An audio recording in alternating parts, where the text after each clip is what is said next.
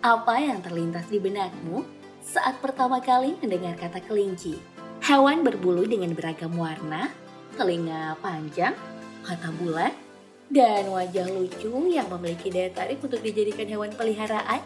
Atau kamu terbayang-bayang dengan sate kelinci? Di Venezuela, presidennya pernah menghimbau rakyatnya untuk budidaya kelinci sebagai makanan karena inflasi pada tahun 2017 lalu. Ya, meski memang masih kalah pamor dengan ayam dan sapi, namun faktanya daging kelinci populer dikonsumsi dan diklaim memiliki nilai gizi tinggi untuk tubuh. Menyusul kepopulerannya, kelinci juga semakin banyak dibudidayakan untuk tujuan komersil. Harga jual dagingnya per 1 kilogram bernilai Rp60.000. Kalau di file, bisa lebih mahal lagi, mencapai Rp110.000 per kilonya. Kira-kira seperti apa proses budidaya dan pengolahan dagingnya? Langsung saja yuk kita simak bersama pada video proses kali ini. Tahukah kamu, setidaknya ada 37 jenis kelinci yang tersebar di hampir semua bagian bumi. Namun hanya beberapa yang bisa diternak untuk diambil dagingnya. Salah satunya yang paling populer adalah kelinci New Zealand karena memiliki postur tubuh lumayan besar sehingga dapat menghasilkan daging yang lebih banyak. Meski namanya kelinci New Zealand, namun kelinci ini pertama kali dikembangbiakan di Amerika Serikat.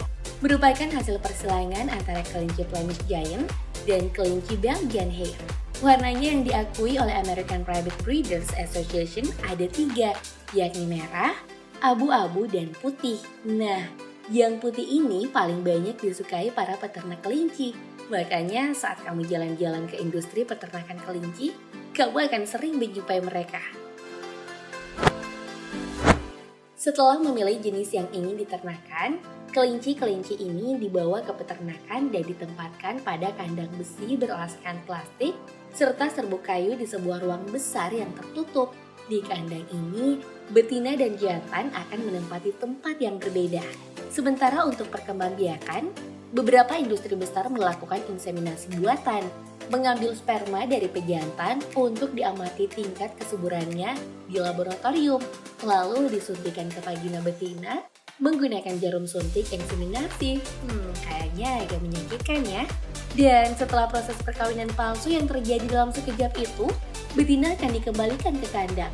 Hingga kira-kira 30 hari setelahnya, si betina akan melahirkan.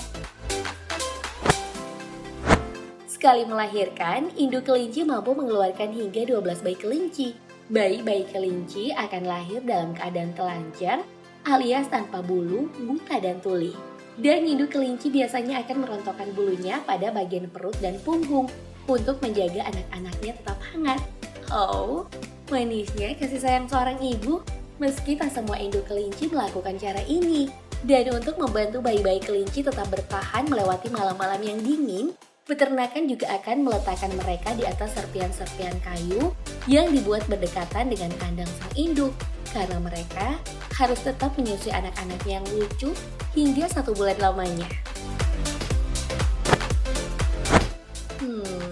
Persis seperti manusia, setelah menyusu pada induknya selama 30 hari, anak-anak kelinci akan disapi dari sang induk dan mulai diajar untuk menyantap makanan mentah, kering, dan bernutrisi. Ya, mirip-miriplah saat manusia memberi pasi untuk bayinya. Proses sapi pada anak kelinci ini biasanya dilakukan hingga 70 hari. Nah, setelah benar-benar lepas dari induknya, maka anak-anak kelinci yang sudah beranjak besar akan memiliki kandangnya sendiri, lalu mengikuti program penggemukan. Kelinci-kelinci yang mengikuti program ini biasanya hanyalah kelinci-kelinci pilihan yang dinilai memiliki kualitas daging yang bagus. Selama prosesnya, kelinci akan terus disuplai makanan, disertai buah-buahan seperti apel untuk menjaga kualitas daging mereka, serta tak lupa diberi asupan vitamin. Selain cara ini, beberapa peternakan juga ada yang menerapkan perpaduan pertanian biologis atau membawa kelinci ke lahan-lahan pertanian untuk makan sekaligus mengeluarkan kotoran. Tujuannya agar kotoran kelinci bisa menyuburkan tanah karena memiliki kadar N, P, dan K paling tinggi. Kandungan ini sangat bagus untuk merangsang pertumbuhan tanaman. Dan juga, cara ini dinilai mampu membuat kelinci merasa nyaman yang berpengaruh kepada kualitas dagingnya nanti.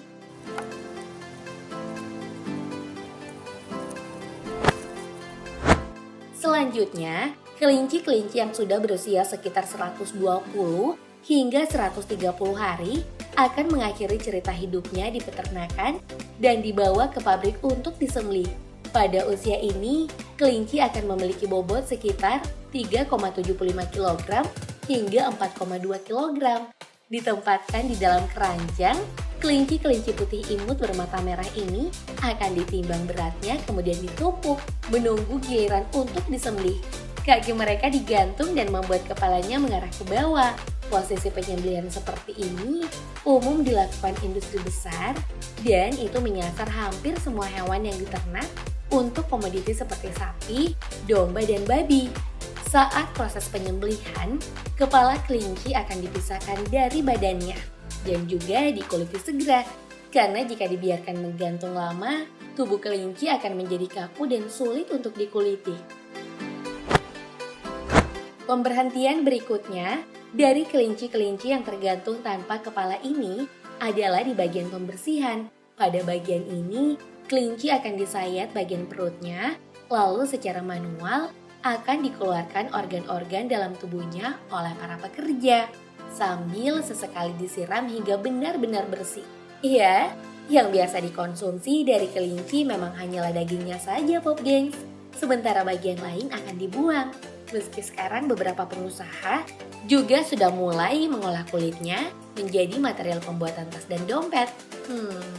By the way, lihat kelinci tergantung tanpa bulu dan kepala kayak gini serem juga ya.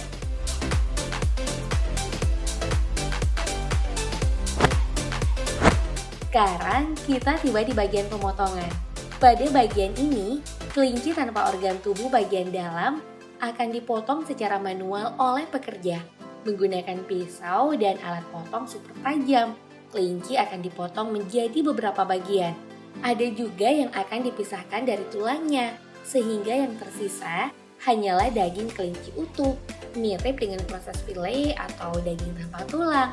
Setelah dipotong, daging-daging kelinci akan dikemas dalam plastik, kemudian ditekan pada mesin pres agar kemasannya rapat, lalu ditimbang dan siap dipasarkan. Daging kelinci ini dapat dibuat berbagai jenis olahan dan relatif tidak mengalami fluktuasi harga. Olah-olahan tradisional menggunakan bahan baku daging kelinci yang umum ditemukan seperti tongseng, sate, dan rica-rica. Untuk olahan modernnya, daging kelinci bisa diolah menjadi nugget, sosis, bakso, rolade, burger, dan abon. Di pasar Indonesia sendiri, daging kelinci mungkin sangat jarang ditemukan. Hal ini disebabkan faktor kebiasaan makan dan efek psikologis yang menganggap kelinci sebagai hewan hias atau kesayangan sehingga tak layak dikonsumsi. Kamu termasuk yang mana nih? Tim konsumsi kelinci atau enggak?